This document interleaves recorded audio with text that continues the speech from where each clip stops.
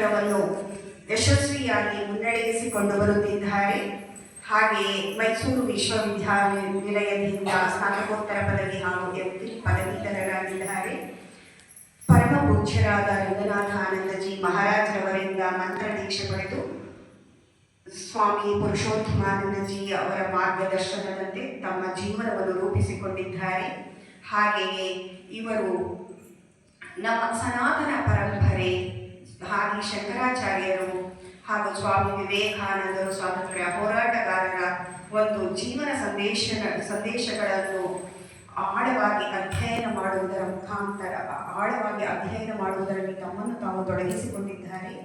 ಹಾಗೆಯೇ ಅನೇಕ TV ಸಂದರ್ಶನಗಳನ್ನು ನೀಡಿದ್ದಾರೆ. ಹಾಗೆಯೇ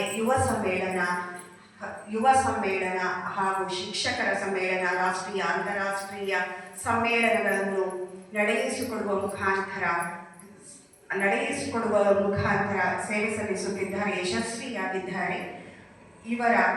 ಇಂದು ಈ ದಿನದ ಕಾರ್ಯಕ್ರಮದಲ್ಲಿ ಕರುಣೆಯ ಮೂರ್ತಿ ಶಾರದೆ ಎಂಬ ವಿಷಯವಾಗಿ ಮಾತನಾಡಲಿದ್ದಾರೆ.